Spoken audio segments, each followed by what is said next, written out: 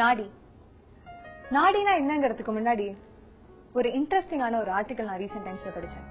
அது உங்ககிட்ட ஷேர் பண்ணிக்கணும்னு ஆசைப்படுறேன். 12 வரி article. First 10 lines beautiful lines. அதாவது ஒரு ஸ்டாட்டிஸ்டிக்ஸ்ல சென்னையில கிட்டத்தட்ட 5000 ஹோட்டல்ஸ் ரன் ஆயிட்டு இருக்கு. அதுல 3000 ஹோட்டல் ரொம்பவே சக்சஸ்ஃபுல்லா ரன் ஆயிட்டு இருக்கதா வந்தது. ஆஃப் த 12 லைன்ஸ் எனக்கு இந்த வரிகள்லாம் கூட ஓகே. லாஸ்ட் 2 லைன்ஸ் தான் ரொம்ப இம்பார்ட்டன்ட். ஒரு வாசகர் எளிமையான கேள்வி கேட்டிருந்தாரு. 3000 ஹோட்டல்கள் சக்சஸ்ஃபுல்லா ரன் ஆயிட்டு இருக்கு, ஓகே தான், இதெல்லாம் கேட்கறதுக்கு நல்ல செய்திகள் தான். ஆனா இந்த 3000 ஹோட்டல்கள்ல பல லட்சம் பேர் சாப்பிடுவாங்க. இந்த பல லட்சம் பேர் இழக்கிறது வீட்டு சாப்பாடு மட்டும்தானா? இல்ல, வீட்டு சாப்பாடு தாண்டி இன்னும் நோய்கள் அதிகமா வரத்துக்கு நம்மளே ஈஸியா வழிவகுக்கிற மாதிரி இருக்கு. நமக்கு அப்புறம் வரக்கூடிய சந்ததியினருக்கு நம்ம சொத்து சேர்த்து வைக்கிறோமோ சுகம் சேர்த்து வைக்கிறோமோ அது கேள்வி இல்ல. அதையெல்லாம் தாண்டி நம்ம அவங்களுக்கு நல்ல உடல் நலம், ஆரோக்கியமான உடல் நலம் பாஸ் ஆன் பண்றோமா அப்படிங்கிற ஒரு மிகப்பெரிய பயத்தையும் ஒரு குவெஸ்டன் மார்க்கையும் எனக்குள்ள ஏற்படுத்துது. ஒரு நோய் வரத்துக்கு முன்னாடி எப்படி தவிர்க்கணும், அது வந்துட்டா எப்படி அணுகணும், இன்னும் வரக்கூடிய சில வாரங்கள்ல இதை பற்றிய முழுமையான ஒரு தெளிவு ஏற்படுத்தும் நாடி.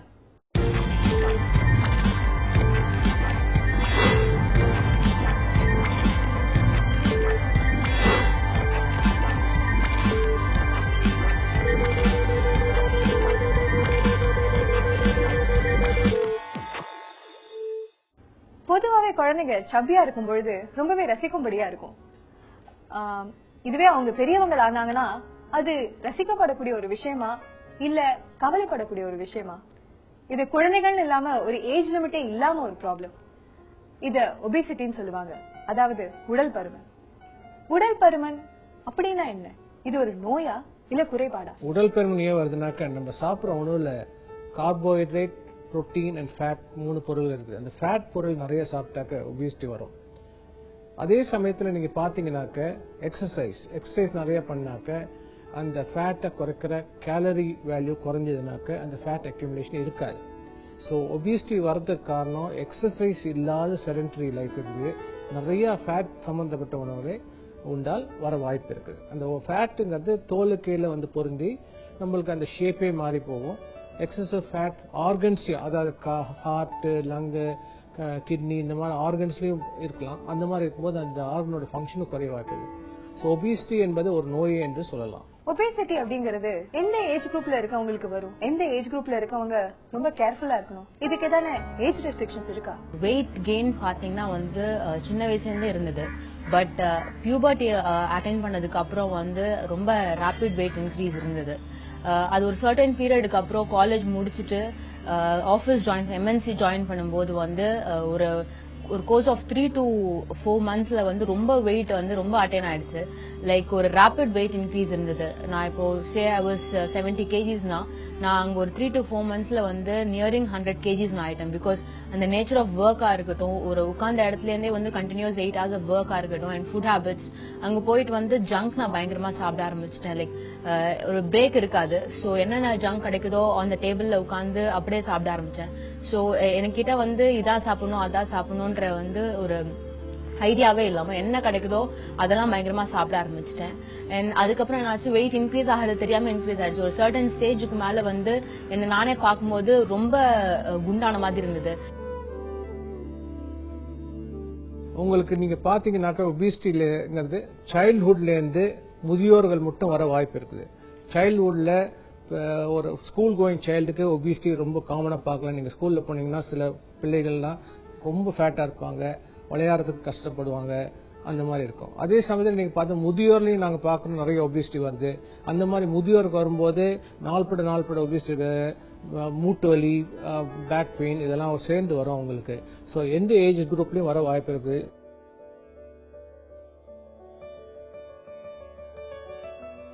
இப்போ நம்ம ஒரு பர்டிகுலர் ஃபுட் சாப்பிட்றோம்னு வச்சுக்கோங்க, அது வந்து சட்டன்னு டைஜஸ்ட் ஆகக்கூடிய ஃபுட். ஃபார் எக்ஸாம்பிள் ஒரு கிளாஸ் ஜூஸ் குடிக்கிறீங்கன்னு வச்சுக்கோங்க, அது வந்து டைஜஸ்ட் ஆகிறதுக்கு உங்களுக்கு டைமே தேவைப்படாது. ரொம்ப சீக்கிரம் பிளட்ல என்டர் ஆகி பிளட் சுகர் லெவல்ஸை வந்து அது வந்து இன்க்ரீஸ் பண்ணிடும். இந்த சுச்சுவேஷன்ல என்ன ஆகும்னா இன்சுலின்ங்கிற ஹார்மோன் வந்து அதை ஃபேட்டா கன்வெர்ட் பண்ணிடும். அந்த ஜூஸ் குடிச்ச இருக்கிற எனர்ஜி இருக்கு இல்லையா, அதை ஃபேட்டா கன்வெர்ட் பண்ணிடும். ஸோ இது தொடர்ந்து இந்த மாதிரியான ஃபுட் ஐட்டம்ஸ் நீங்க சாப்பிட பிளட் சுகர் லெவல் ரொம்ப சீக்கிரம் இன்க்ரீஸ் ஆகும்போது ஃபேட் அக்யூமுலேஷன் ரொம்ப ஃபாஸ்டா இருக்கும். ஸோ இப்படிதான் நிறைய பேர் குண்டாயிடுறாங்க.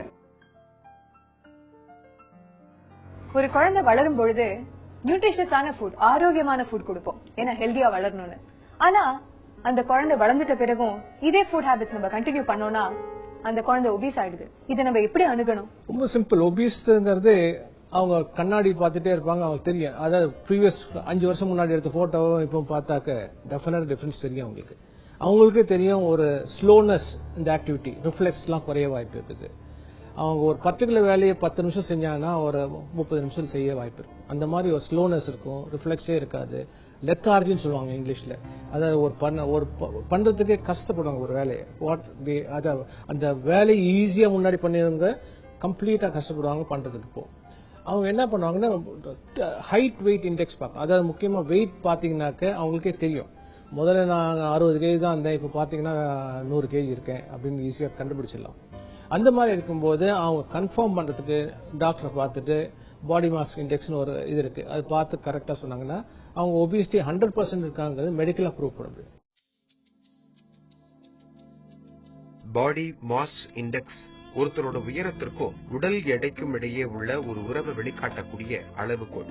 இந்த அளவுல 18.5க்கு குறைவா இருந்தா எடை குறைவுன்னும், 18.5 இருந்து 24.99 சராசரி எடைனும், 25 இருந்து 29.99 வரை ஒப்புக்கொள்ளக்கூடிய அளவு அதிக எடைனும், அதுக்கு மேல போனா ஒபெசிட்டியில பாதிக்கப்பட்டிருப்பதாகவும் சொல்லப்படுது. ஒபேசிட்டி பை இட்செல்ஃப் ஒரு நோய் இல்லனாலுமே ஒபேசிட்டினால பல நோய்கள் வரக்கூடும். ஹார்ட் அட்டாக் அளவுக்கு மிகப்பெரிய ரிஸ்க் வாய்ந்த நோய்கள்லாம் கூட வரக்கூடும் சொல்றாங்க. இது ஒரு மனநோயாவும் பார்க்கப்படுது. நம்ம ஒபிசிட்டிங்கிறது அதனால என்ன சும்மா விட்டலாமே நினைக்கலாம். பட் ஆனால் நம்ம பார்க்கும்போது ஒபிசிட்டிங்கிறது பல விதமான ப்ராப்ளங்கள் ஏற்படுது. அதை நாங்க பெரும்பாலும் மெடிக்கல் லைன்ல 2 விதமா பிரிக்கிறோம். ஒன்னு மெடிக்கலா ப்ராப்ளம்ஸ் வர வாய்ப்பு இருக்கு, அதே சமயத்தில் சைக்கலாஜிக்கலா ப்ராப்ளம் வர வாய்ப்பு இருக்கு. மெடிக்கல் ப்ராப்ளம்ஸ் எடுத்துக்கிட்டீங்கன்னாக்க அந்த ஒபிசிட்டிங்கிறது நம்ம சர்ஃபேஸ் பாடி நிறைய ஆகிறதுனால ஹார்ட் அதிகமா வேலை செய்ய வேண்டியது. ஹார்ட் வேலை செஞ்சாதான் எல்லா இடத்துக்கும் பிளட் சப்ளை கொடுக்க முடியும். அந்த மாதிரி இருக்கும்போது ஹார்ட் ஸ்ட்ரெயின் வரதுனால கார்டியாக் ஃபெயிலியர் காமனா வருது. பிரச்சனை கார்டியாக் ஃபெயிலியர் ரொம்ப முக்கியம். 2வது ஹார்ட் அட்டாக், இருதய அடைப்பு. 3வது உங்களுக்கு வாதம் வரலாம், ஹெமிப்ளீஜியா, ஒரு பக்கம் கம்ப்ளீட்டா பேரலைஸ் ஆகலாம். 4வது பாத்தீங்கன்னா தைராய்டு ப்ராப்ளம் வரும். தைராய்டு ப்ராப்ளம் வரணும்னாக்க தைராய்டு சப்ளிமெண்ட் பண்ண வேண்டும் உங்களுக்குலாம். 5வது பாத்தீங்கன்னாக்க ஜாயிண்ட் பெயின். ஜாயிண்ட் பெயின்னா முதுகுவலி, வெயிட் டிரான்ஸ்மிஷன் சிஸ்டம் பேக் போன்ல இருந்து நம்ம ஹிப் ஜாயிண்ட், நீ ஜாயிண்ட் மட்டும் வருது. ஸோ பெரும்பாலும் நீ ஜாயிண்ட் அண்ட் பேக்ல பெயின் வர வாய்ப்பு இருக்கு. ஆம்பளைங்களுக்கு பாத்தீங்கன்னா ப்ராஸ்டாட்டிக் கேன்சர் வர வாய்ப்பு இருக்குது ஒபீஸ் பேஷன்ஸ். பெண்களுக்கு பாத்தீங்கன்னா கேன்சர் பிரஸ்ட் வர வாய்ப்பு இருக்குது ஒபீஸ் பேஷன்ஸ். அது தவிர மற்றொரு பிரச்சனை என்னன்னா ஸ்லீப் ஆப்னியான்னு சொல்லுவோம். அது யாருக்கும், ஆம்பளைங்களுக்கும் வரலாம், பெண்களுக்கும் வரலாம். ஸ்லீப் ஆப்னியாங்கிறது நம்ம தூங்கும் போது நம்ம பேலட்னு சொல்லுவாங்க, சாஃப்ட் பேலட் மேல இருக்கிறது அது லூஸ் ஆகி மேல நம்ம சுவாசிக்க தோறது கம்ப்ளீட்டா மூடிடும். அந்த மாதிரி மூடியும் போது ஒரு எஃபர்ட்டோட அவங்க திருப்பி மூச்சு எடுக்கணும். 1 நிமிஷம் மூச்சே விட முடியாது, அப்படி பெருசு மூச்சு எடுத்து விடும்போது தான் திருப்பி மூச்சு உள்ள போகும். அதுதான் ஸ்லீப் ஆப்னியா. அந்த சமயத்தில் என்னாங்கன்னா ஸ்லீப் ஆப்னியா தொடர்ந்து இருந்து ரொம்ப நாள் இருந்து வயசானாக்க அவங்க திருப்பி மூச்சு விடும்போது உள்ள போகாத நிர்பந்தம் ஏற்பட்டு இறக்க வாய்ப்பு இருக்கு. ஸ்லீப் ஆப்னியாங்கிறது கொடிய நோய். இந்த மாதிரி மெடிக்கல் ப்ராப்ளம்ஸ் நிறைய இருக்குது. நிறைய ப்ரொஃபஷனல்ஸ் பாத்தீங்கன்னா ஐடி செக்டர்ல, அப்புறம் பிபிஓ அந்த இண்டஸ்ட்ரியெல்லாம் பாத்தீங்கன்னா நிறைய உட்காந்துட்டே வேலை செய்வாங்க. டீச்சர்ஸ் கூட பாத்தீங்கன்னா சில பேர் வந்து உட்காந்து டீச் பண்ற மாதிரி இருக்கும், நிறைய கரெக்ஷன்ஸ் பண்ற மாதிரி இருக்கும். பட் ஆக்டிவிட்டி அந்த அளவுக்கு இல்லை அப்படிங்கும் போது அவங்களுக்கும் வெயிட் சீக்கிரமா இன்க்ரீஸ் ஆகிறதுக்கான சான்சஸ் நிறையவே இருக்கு. நீங்க பாத்தீங்கன்னாக்க இவங்களுக்கு பெரும்பாலும் ஒரே இடத்துல உட்கார்ந்ததுனால அந்த ஒபிசிட்டி இன்க்ரீஸ் ஆகிட்டே இருக்கும். அது எக்ஸசைஸ் செய்ய வாய்ப்பே இருக்காது. அந்த ஒபிசிட்டி இன்க்ரீஸ் ஆகிட்டே இருக்கும். இட்ஸ் சைக்கிள் மாதிரி. ஆகாரம் சாப்பிட சாப்பிட ஒபிசிட்டி இன்க்ரீஸ் ஆகும். அது ஒரு கட்டத்துல என்ன ஆனாக்க அவங்க பெட்ல இருந்து எந்திரிச்சு டாய்லெட் போறதுக்கே கஷ்டப்படுவாங்க. அந்த மாதிரி ஒரு நிர்பந்தம் ஏற்படும் போது ரொம்ப கஷ்டம். ஸோ இந்த மாதிரி இருக்கும்போது இப்போ அவங்க சைக்கலாஜிக்கலா டிப்ரெஸ் ஆகிறது ரொம்ப, சைக்கலாஜிக்கல் டிப்ரெஷன் ஒபிசிட்டிங்கிறது ரொம்ப பெரிய விஷயம். டிப்ரெஷன்ங்கிறது வந்துருச்சுனாக்க அது தொடர்ந்து இருக்கும், அதிகமாகிட்டே போகும். குண்டால நம்ம வெளியே வர முடியாதுன்னு சொல்லிட்டு மத்தவங்க நம்மள வந்து ஏதாவது வந்து ட்ரால் பண்ணும்போது கூட நானும் சேர்ந்து சிரிச்சுக்கிட்டு அப்படியே வந்து அதை அப்படியே மறந்துவேன். பிகாஸ் மத்தவங்க கிண்டல் பண்ணும்போது நம்ம டிப்ரெஸ்ட் ஆயிடும், அதை வச்சுட்டு அவங்க இன்னும் பயங்கரமா கிண்டல் பண்றாங்க. சோ இதுக்கு வேற வழியே இல்லைன்னு சொல்லிட்டு சரி நம்மளும் கூட சேர்ந்து சிரிக்க ஆரம்பிச்சிட்டேன்.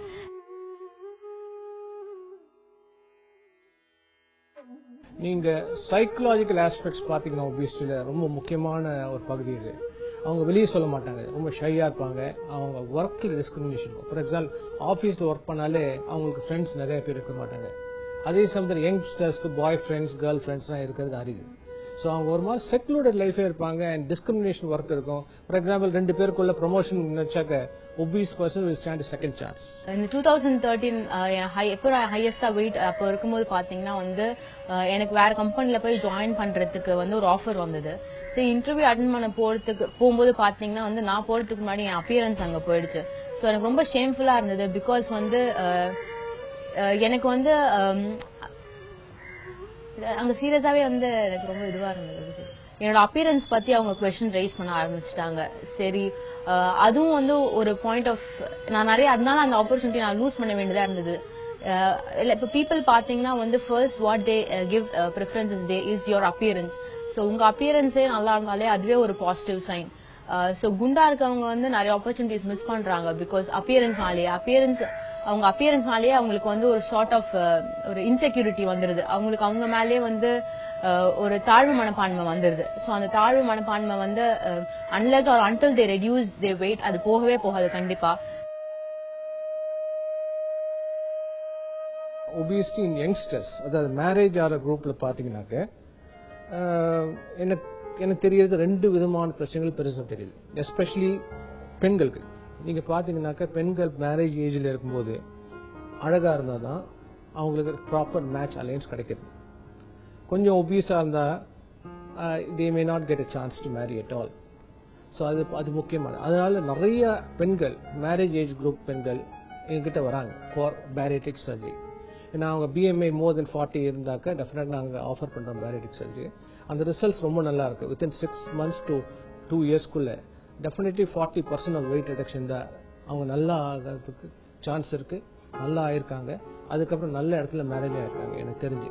ஸோ அது ஒரு முக்கியமான கட்டம் யங்ஸ்டர்ஸ்ல. மற்றொன்று பார்த்தீங்கன்னா பிசியலாஜிக்கலா பார்த்தீங்கன்னாக்க ஒபிசிட்டி இருக்கிற விமென்க்கு ஓவேரியன் ஃபங்க்ஷன் குறைவா இருக்கும்.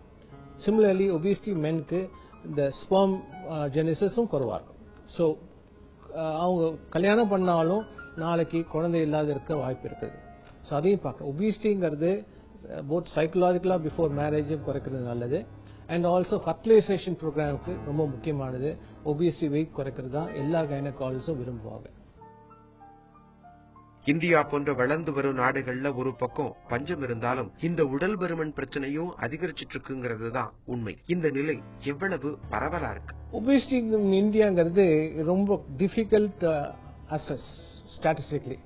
ஏன்னு கேட்டீங்கன்னாக்க more than 50% of the obese people do not come forward. அதாவது முன்னுக்கு வந்து எனக்கு ஒபிசிட்டி இருக்கு டாக்டர் ட்ரீட் பண்ணுங்க சொல்லலாம் ஸ்டாட்டிஸ்டிக்ஸ்ல பூரம். அதுக்கு வாய்ப்பு இல்லாத அவங்க வீட்லயே இருக்கிறதுனால 90% ஆஃப் தம் வெக்கப்படுறாங்க. வெளியே வந்து ஹஸ்பண்ட் தெரிய வேணாம், ஃபேமிலிக்கு தெரிய வேணாம், என்ன நான் தான் நடக்கிறேனே போறேனே வரேனே சாரி கட்டுறேன், எனக்கு ஒன்றும் வெளியே ஒன்றும் தெரியல. ஸோ அதனால they don't come. So it is very difficult, statistics wise very difficult to get the exact figures in India. But இந்தியாவில் பொறுத்த மட்டும் நார்த் இந்தியாவில் நிறைய ஒபிசிட்டி இருக்கு. At least my expectation would be about 70-80% of the North Indian women are obese. அதே மாதிரி சவுத்தில் கொஞ்சம் குறையலாம். பட் ஆனால் எக்ஸாக்ட் ஸ்டாட்டிஸ்டிக்ஸ் இது மட்டும் யாராலையும் கண்டுபிடிக்கல.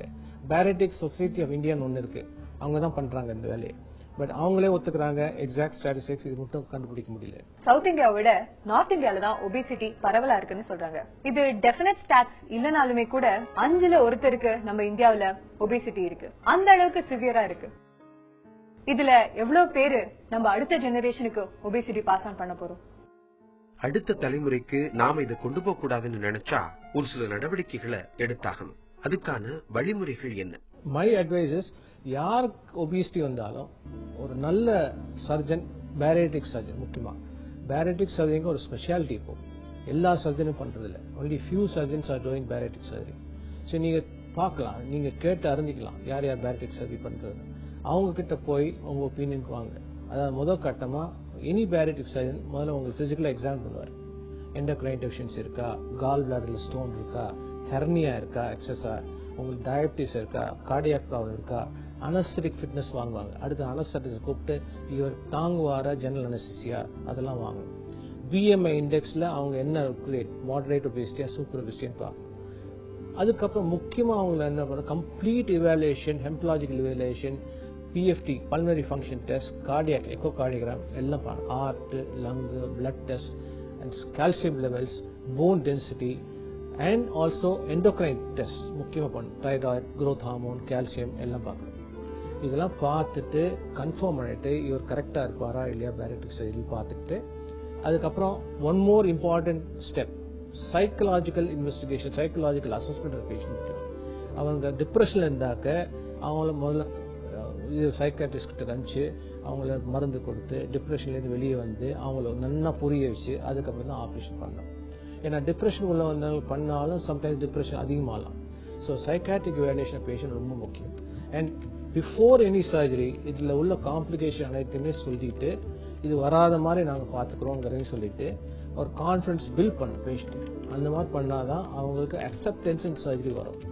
சரி, இது பெரும்பாலும் யாரும் பண்றதில்லை. பார்த்துட்டு பேரியாட்ரிக் சர்ஜரி பண்ணலாம், நாளைக்கு வந்து அட்மிட் ஆகிடுங்க அந்த மாதிரி சொன்னாக்க அது பிரயோஜனமே கிடையாது. அந்த மாதிரி இருக்கவங்க இன்னொரு ஒப்பீனியன் போவாங்க. இன்னொரு ஒப்பீனியன் நெகட்டிவா இருக்கும் நான் சொன்ன மாதிரி. ஸோ அவங்க கடைசியில் ஆப்ரேஷன் வரமாட்டாங்க. உண்மையிலேயே உங்களுக்கு நல்ல பெனிஃபிட்டோட பேரியாட்ரிக் சர்ஜரி வேணும்னா நல்ல சர்ஜன்கிட்ட போய், எக்ஸ்பீரியன்ஸ் சர்ஜன்கிட்ட போய் அவங்க கம்ப்ளீட்டா எவாலுவேஷன் பண்ணி அனஸ்தெட்டிக் ஃபிட்னஸ் வாங்கி சைக்காட்ரிக் எவாலுவேஷன் பண்ணி அதுக்கப்புறம் தான் ஆப்ரேஷன் பண்ணலாம். ஒபிசிட்டியை குறைக்கும் எளிய வழியா பேரியாட்ரிக் சர்ஜரிகள் காணப்படுது. இந்த சர்ஜரியினுடைய செய்முறைகள் என்ன? இப்போ பாத்தீங்கன்னாக்க நான் பண்ண கேஸ்கள் நிறைய கேஸ் பண்ணிருக்கோம். More than 1000 case done. அதாவது ஒரு ஆபரேஷன்ல 2-3 விதமான ஆபரேஷன்கள் பண்ணிருக்கோம். ஒன்னு sleeve resection of the stomach, அது கேஸ்ட்ரிக் பைபாஸ் சொல்லுவாங்க, மெட்டபாலிக் சர்ஜரி சொல்லுவாங்க. இதுல நாங்க எப்படி பண்றோம்னாக்க BMI 40க்கு மேல இருந்து 60 கீழ இருந்தா most of patient sleeve resection பண்றோம். அதாவது இறைப்பைங்கிறது ஒரு 3 லிட்டர் உள்ள பேக், ஸ்ட்ரெச் ஆகி 5 லிட்டர் கூட ஆகலாம். ஸோ ஆகாரம் 5 லிட்டர் மட்டும் சாப்பிடலாம், தண்ணி சாப்பிடலாம், மில்க் சாப்பிடலாம், சீஸ் சாப்பிடலாம். ஸோ இது அப்படியே குறைச்சிடும். அந்த வால்யூம் ஆஃப் தி இறைப்பை 100 cc ஆகணும், லெஸ் தென் 50 cc இன்ஃபேக்ட். அது பண்ணாக்க அந்த அளவே ஆகாரமோ லிக்விடோ உள்ள போனாக்க ஃபுல் ஆயிடும். அந்த மாதிரி பார்க்கும்போது மினிமம் அமௌண்ட் ஆஃப் ஃபுட் உள்ள இறங்குறதுனால அவங்களுக்கு வெயிட் ரிடக்ஷன் ஆகுது. அதே சமயத்தில் மெட்டபாலிக் ப்ராப்ளம்ஸ் வராது. இவங்க பார்த்தீங்கன்னா 6 வீக்ஸ்லேருந்து 2 இயர்ஸ்க்குள்ள 45% ஆஃப் தி வெயிட் ரிடக்ஷன் கிடைக்கிறது. இது வெரி சேஃப் ஆப்ரேஷன். இதில் ஒன்றும் பிரச்சனை இருக்காது, வலியும் இருக்காது. ஏன்னு கேட்டிங்கன்னா இந்த அனைத்து ஆப்ரேஷனுமே நாங்கள் லேப்ரோஸ்கோப்பில் பண்ணி முடிக்கிறோம். முதல் நாளே அவங்க நடப்பாங்க, லிக்விட் டயட் வந்துடும். வித்தின் 24 hours லிக்விட் டயட் ஆரம்பிச்சிடும். And 3rd or 4th day அவங்க டிஸ்சார்ஜ் ஆகிறாங்க. ஸோ அது என்னென்ன முக்கியமாக நம்ம பண்ண வேண்டிய சர்விலன்ஸ்.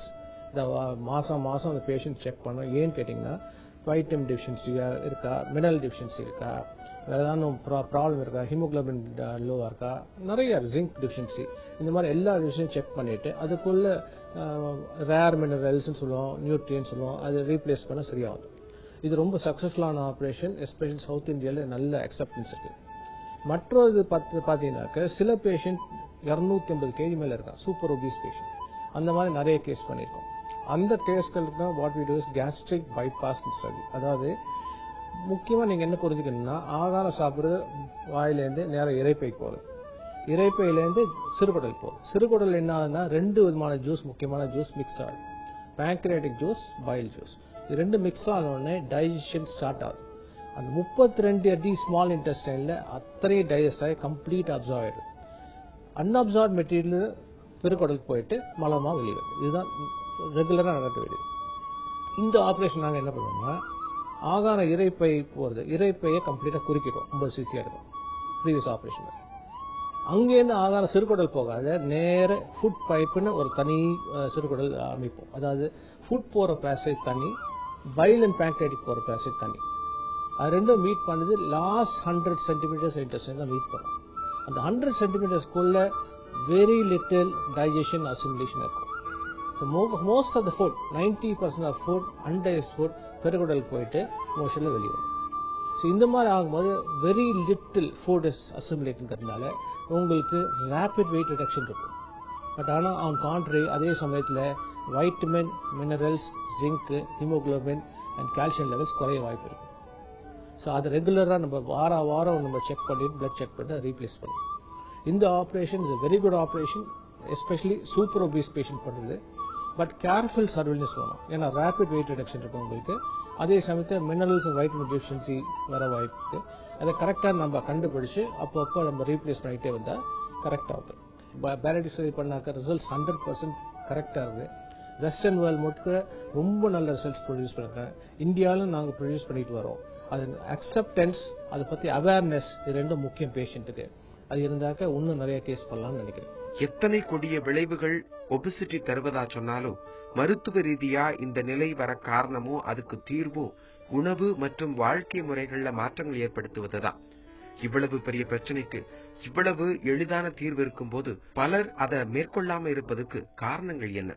நானும் லைக் நிறைய சப்ளிமெண்டரி எடுத்து எப்படியாவது குறைச்சிடலாம் அப்படின்னு சொல்லிட்டு ஒரு ஐடியால இருந்தேன். பட் என் ஃப்ரெண்ட்ஸ் கொஞ்சம் பேர் சப்ளிமெண்டரி எடுத்து அதுல சைடு எஃபெக்ட்ஸ் வருமா, இல்ல இந்த லூஸ் ஸ்கின்ஸ் வருமா, இல்ல ரொம்ப ரேபிட் வெயிட் லாஸ் இருக்கிறதுனால சைடு எஃபெக்ட்ஸ் இல்ல லிவர் ப்ராப்ளம் ஏதாவது வருமான்னு சொல்லிட்டு நிறைய யோசிச்சுட்டு இருந்தாங்க.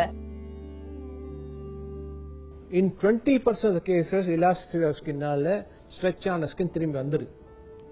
பட் மிச்ச 80%ல சாகினஸ் ஆஃப் ஸ்கின் இருக்கும். எஸ்பெஷலி ஆம் கீழே, வயத்துல, தைஸ்ல இந்த மாதிரி இடத்துல சாகினஸ் ஸ்கின் இருந்தாக்க அது டெஃபினட்டா நம்ம ஸ்கின்னை டைட்டன் பண்ற முறையை கையாள வேண்டும். அதாவது டர்மோலைபெக்டமி மாதிரி டைட்டன் ஸ்கின், அப்டாமல் ஸ்கின்லாம் டைட்டன் பண்ண சர்ஜிக்கலாக டைட் பண்ண வேண்டிய நிர்பந்தம் ஏற்படலாம் ஆஃப்டர் 1.5 to 2 years.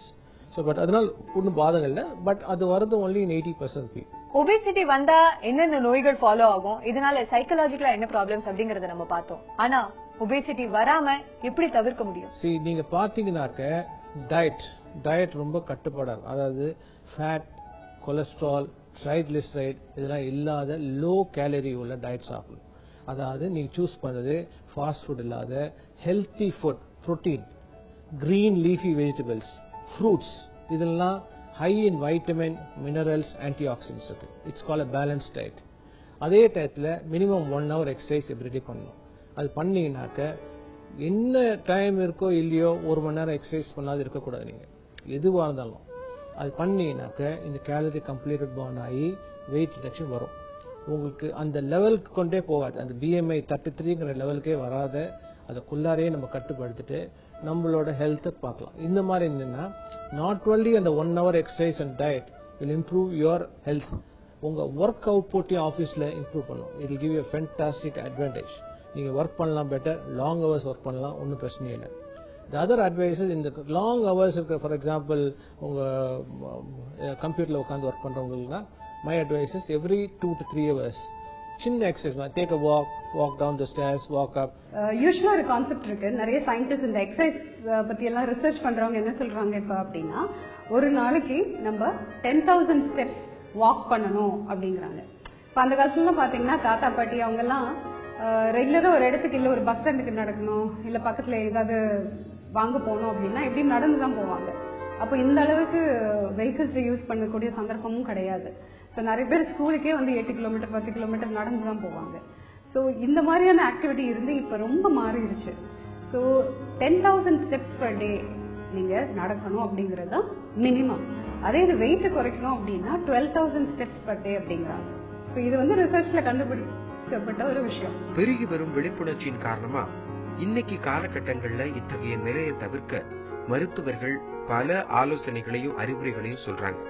இவற்றில் பொதுவானவை என்னங்கிறது மக்களுக்கு நம்ம நிகழ்ச்சி மூலமா அவசியம் போய் சேரணும். மெயினா இப்ப இருக்கிற கான்செப்ட் என்ன புரியுது அப்படின்னா, வெயிட் லாஸ்ல நீங்க எந்த ஸ்டேட் சார்ந்தவங்க, உங்க ஊர்ல என்னென்ன மாதிரி ஃபுட்டு சாப்பிடுவாங்க, உங்க அம்மா அப்பா எந்த ஊர்ல இருந்து வராங்க, அவங்க என்ன ஃபுட்டு சாப்பிட்டுருக்காங்க, உங்க தாத்தா பாட்டி எந்த மாதிரியான ஃபுட்டு சாப்பிட்டாங்க, உங்களுக்கு அந்த ஜெனடிக் மெட்டீரியல் தான் உங்க பாடியிலயும் இருக்கு. ஸோ அதே ஃபுட்டு நீங்க சாப்பிட்டீங்கன்னா உங்க ஹெல்த் ரொம்ப நல்லா இருக்கும். இதுதான் லேட்டஸ்ட் கான்செப்ட். ஸோ உங்களோட டிஎன்ஏ மெட்டீரியல் என்ன அப்படின்னு பாத்தீங்கன்னா, உங்களோட ஆன்செஸ்டர்ஸ் என்ன சாப்பிட்டாங்களோ அதை நீங்க சாப்பிட்டீங்கன்னா உங்களுக்கு ஹெல்த் நல்ல டாப் கண்டிஷன்ல இருக்கும். Healthy life is very important for you to become happy and wealthy. அந்த மாதிரி ஹெல்த்தி லைஃப் இருக்கிறதுக்கு காரணம் உங்களோட அடிப்படை ஆதாரம் தான் ஃபுட். ஹோம்மேட் ஃபுட்டா சாப்பிட்றது பெட்டர். அதே சமயத்தில் ஹை புரோட்டீன் உள்ள ஃபுட்டும் excessive amount of vitamin mineral and micronutrients உள்ள கிரீன் வெஜிடபிள்ஸ் ஃப்ரூட்ஸ் எல்லாம் சாப்பிடுறது நல்லது. நீங்க அதே சமயத்தில் avoid alcohol as much as possible, take sweets in limitation, and most important regular daily exercise வேணும். Especially for software people, அவங்க they should take 3 hours in between 3 hours a walk or some sort of exercise. அந்த மாதிரி பண்ணாக்க அவங்க ரெகுலரா maintain பண்ண முடியும் gallery intake. வருமுன் காப்பாங்கிறது தான் ரொம்ப முக்கியம். ஏன்னா ஒபிசிட்டி வராட்டி உங்களுக்கு மெடிக்கல் ப்ராப்ளம்ஸ் வராது, அதே சமயத்தில் சைக்கலாஜிக்கல் டிஸ்கிரிமினேஷன் வராது, அதே சமயத்தில் need for bariatric surgery and complication bariatric surgery தேவையில்லை. வருமுன் காப்பாங்கிறது தான் முக்கியம். நீங்க பாத்தீங்கன்னா ரொம்ப சிம்பிள் திங்ஸ் டு ஃபாலோ பண்ணீங்கன்னாக்க you will have a long healthy life. நம்ம என்னதான் ஒரு மாடர்னைஸ் ஃபாஸ்ட் ஃபுட் கல்ச்சர்ல இருந்தாலும் கண்டிப்பா உடல் நலத்துக்காக கொஞ்சம் டைம் ஸ்பெண்ட் பண்ணுன்ற கட்டாயத்துல இப்ப நம்ம இருக்கோம். டே டு டே லைஃப்ல பிசிக்கல் ஃபிட்னஸ்க்காக ஒரு ரொட்டீனை டிசிப்ளினா நம்ம வச்சுக்கிட்டோம் அப்படின்னா எந்த டிசீஸோ டிசார்டரோ நம்மள அணுகவே முடியாது. வருமுன் தவிர்ப்போம் நாடி.